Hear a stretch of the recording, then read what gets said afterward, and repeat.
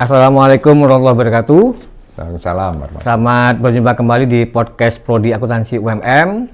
Alhamdulillah hari ini kita kedatangan tamu Bapak Dr. Ardianto SE MSc AK CSME. Selamat datang Pak Ardi. Terima kasih Pak. Beliau adalah Wakil Ketua IAI Wilayah Jawa Timur. Ya. Yang hari ini kita akan ada ini Pak, semacam sharing session lah itu ya.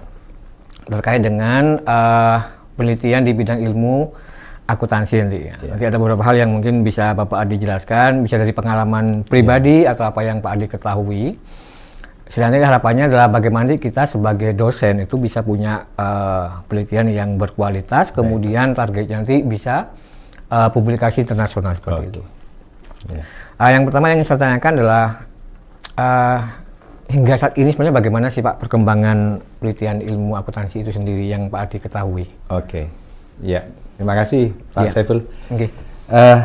Selamat pagi, Assalamualaikum warahmatullahi wabarakatuh. Waalaikumsalam warahmatullahi wabarakatuh. Kalau kebetulan saya dari IAI, Ikatan Akuntan Indonesia Wilayah Jawa Timur.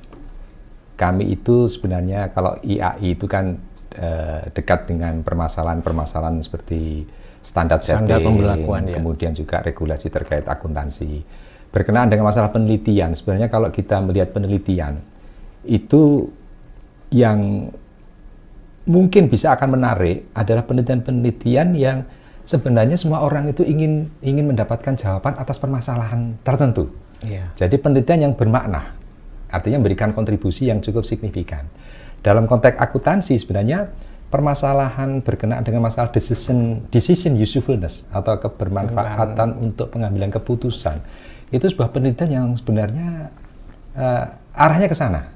Apakah itu berkenaan dengan masalah kemudian pengungkapan atas sustainability ataukah berkenaan dengan masalah nilai relevansi dari suatu informasi ya. Ujung-ujungnya memang bagaimana kemudian sebuah informasi itu dapat digunakan untuk pengambilan keputusan. Nah, dengan demikian riset-riset yang menurut pandangan kami, kebetulan kami dari IAI ya lebih banyak berkenaan dengan juga standar akuntansi. Sebenarnya standar akuntansi itu kan memediasi sebenarnya permasalahan-permasalahan yang berkenaan dengan decision usefulness, ya kan? Karena adanya mungkin sebelum adanya asimetri informasi, adanya berbagai kondisi-kondisi yang menyebabkan karena cikal bakal awalnya itu sebenarnya kan dari current value accounting sebenarnya. Saat ini kan akuntansi itu bergerak ke arah current value, berarti nilai kini. Agar relevan kan harus menggunakan nilai kini. Tetapi nilai kini mengandung potensi terjadinya asimetri informasi. Karena mengenai masalah penilaian aset, keandalannya. Keandalannya. Ini debatable-nya kan antara reliability, istilahnya relevan dan reliability kan. Nah, sehingga untuk menjembatani itu akhirnya standar setting, artinya penggunaan standar akuntansi itu bisa memediasi sebenarnya. Nah, karena itulah saya melihat kok penelitian berkenaan dengan masa-masa itu juga masih sangat relevan untuk dilakukan. Gitu, Pak. Artinya kan dari IAI sendiri berharap bagaimana penelitian itu sekarang bisa memediasi untuk menyeimbangkan antara relevant cost dengan relevant value dengan reliability value. Termasuk itu salah satunya. Artinya itu yang ditunggu oleh para pelaku bisnis. Nah, kalau disebutkan misalnya apakah ada penelitian unggulan tertentu Pak yang punya publikasi besar dan punya peluang untuk internasional nanti seperti itu? Kalau kita melihat dari data atau beberapa kajian, memang saat ini yang paling banyak diteliti kan berkenaan dengan masalah governance, kemudian masalah ownership, ya kan? Terus juga masalah mungkin terkait dengan sustainability atau masalah disclosure terkait dengan keberlanjutan, ESG, social environment and governance itu juga menjadi sesuatu yang sangat menarik saat ini dan trennya memang banyak ke sana. Namun demikian yang lebih penting lagi sebenarnya Bapak, untuk masuk ke dalam publikasi internasional ada hal yang perlu diperhatikan. Yang pertama masalah selain dengan topiknya sendiri, tapi bagaimana kita menulis. Nah, karena kalau kita sekedar menulis kadang-kadang tembus masuk ke kuartil 1 itu kan Scopus itu kan tidak mudah. Nah, disitulah rahasianya. Kita harus tahu bagaimana cara agar bisa tembus ke jurnal-jurnal berkelas. Gitu. Salah satunya yang pertama mungkin citasinya yang ngambil citasi yang berkelas. Jurnal itu Kemudian yang kedua mungkin translation, menggunakan bahasa Inggris yang baik, dan itu juga harus mengikuti gaya selingkung dari jurnalnya itu ya. Terus yang ketiga mungkin kita juga ketepatan dan penggunaan alat analisisnya ya. Terus kemudian juga nggak ruwet dengan terlalu banyak pertanyaan itu kadang-kadang juga tidak malah bagus.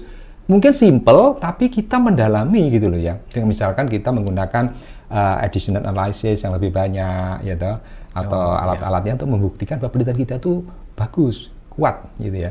Sehingga termasuk juga yang penting lagi jangan sampai salah di dalam membuat anchor teorinya, karena itu kalau itu tidak ada keselarasan ya Bapak ya, itu juga akan menimbulkan kesulitan. Teori untuk menjelaskan model penelitian. Teori untuk menjelaskan kausalitas yang dibangun atau hipotesis yang sedang akan diuji. Bukan variabel kan, bukan ya? Iya, kalau variabel itu kan sebenarnya definisi operasi dari variabel juga perlu dijelaskan, tapi itu jangan kita terjebak teori digunakan untuk mensupport variabelnya, tapi teori itu menjelaskan hubungan antar variabel. Itu lebih penting lagi ya. Artinya berarti sangat mungkin Pak ya, kita di akuntansi misalnya meneliti berbagai aspek yang berhubungan dengan akuntansi, tata kelola misalnya tadi. Sangat mungkin saat ini ya.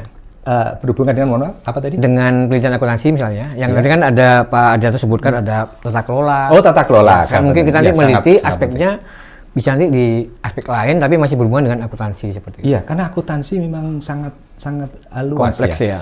Tidak hanya akuntansi itu sebenarnya berbicara tentang ya debit kredit ataupun bahkan akuntansi sekarang juga berkembang, pendekatan penelitian juga sekarang sudah berkembang, ada yang kualitatif ya kan, ada yang memang kuanti pun ada juga yang survei, ada juga yang data sekunder ya kan, ada experimental research design ya. Itu pendekatan itu untuk memecahkan pertanyaan-pertanyaan yang jadi pertanyaan-pertanyaan itu akan bisa dijawab dengan tepat ketika kita menggunakan alat yang tepat.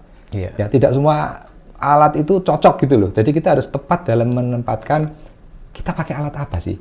Tidak kadang-kadang ada beberapa pertanyaan penelitian nggak bisa dipecahkan dengan menggunakan data sekunder. Oh, ini harus pakai eksperimen. Nah, ketika kita bicara masalah keperilakuan misalkan behavior, nah ini pendekatan eksperimen sangat cocok. Jadi nanti ketika apakah standar akuntansi tadi misalkan akan diuji,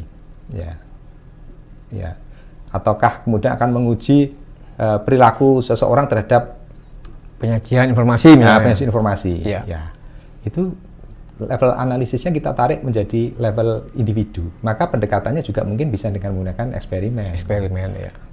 Jadi tergantung kebutuhan sebenarnya. Ya, tata kelola tadi juga termasuk yang bisa kita. Artinya sangat mungkin kita menelitinya di berbagai aspek Pak berbagai aspek. Tetap dengan akuntansi. Yang penting cocok alatnya. Cocok alatnya dan sesuai dengan tujuan dan data penelitian itu. Kemudian kalau tantangan Pak Ardi, tantangan kita untuk bisa publikasi nasional itu apa sebenarnya? Tantangan yang harus kita siapkan untuk dihadapi seperti itu. Iya. Jadi tantangan yang pertama itu kita jangan takut untuk melakukan kolaborasi. Yang tantangan pertama kita sulit berkolaborasi. Kita aja dulu. Kadang-kadang bagaimana kita bisa terangkat ketika kita sendirian gitu ya. Itu juga agak sulit. Maka pentingnya membentuk research group. Nah, research group itu mungkin research group itu akan berkolaborasi dengan perguruan tinggi lain, dengan institusi lain gitu kan ya. Nah, research group itu juga bisa membimbing para dosen itu jika dia nggak punya partner bisa dicarikan dari riset group itu. Mungkin seniornya sudah punya hubungan, nanti diikutkan penelitian gitu kan. Tantangan kita sebenarnya untuk publikasi internasional karena kadang-kadang kita nggak punya akses, baik itu data, baik itu kemudian juga akses ke jurnal atau belum tahu caranya atau apapun, kurangnya literasi dan sebagainya. Ya itu membutuhkan bimbingan. Nah, tantangan kita apakah kita mampu membentuk suatu riset group yang mampu menurture, mendukung para peneliti-peneliti yang masih junior itu agar dia bisa bangkit menjadi peneliti-peneliti yang lebih baik ke depannya. Nah, IAI sendiri sebenarnya juga ada bidang, yaitu bidang tentang standar akuntansi. Misalkan ada bidang akuntansi manajemen atau ada bidang corporate, bidang korporasi, publik, korporasi. Jadi kita juga bisa nanti mendalami permasalahan di korporasi.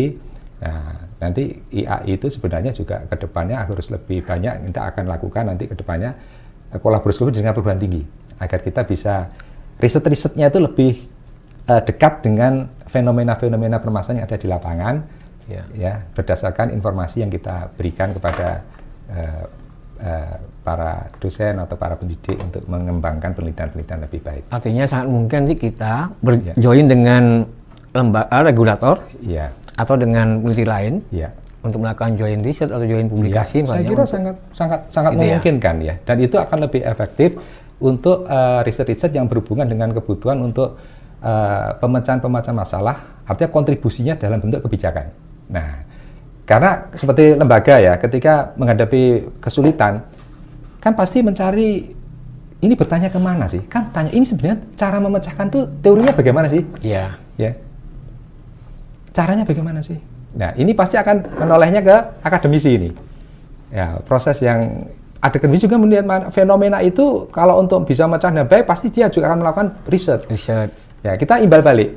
Ada fenomena akan diriset, hasil riset kembali ke pemecahan masalah regulator tadi sebagai kontribusi kebijakan kontribusi apa gitu ya. Nah, jadi harus saling terkait. Jangan sampai riset itu hanya sekedar idenya jatuh dari langit. Akhirnya hanya menghubungkan variabel X ke variabel Y, berpengaruh terus selesai. Padahal itu nggak ada makna terhadap apa itu, terhadap kontribusi pada masyarakat gitu saya kira. Implikasinya nggak ada. Nggak ada itu yang saya jangan terjadi lah gitu ya. Karena keduanya nanti sangat bermanfaat. Akademisi nanti dari bagaimana dari grassroots-nya istilahnya itu, nanti akhirnya nyumbang ke IAI sebagai regulator untuk menjawab apa yang menjadi permasalahan di lapangan. Betul.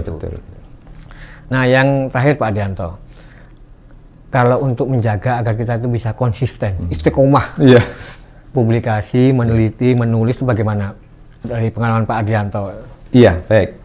Sebenarnya penelitian itu selain karena seseorang itu memang memiliki apa ya, kesenangan ya meneliti, sebaiknya environment-nya harus dibangun. Artinya apa? Ketika orang itu menghasilkan kontribusi penelitian, harusnya reward itu juga ada. Reward itu macam-macam, tidak ada yang selalu uang.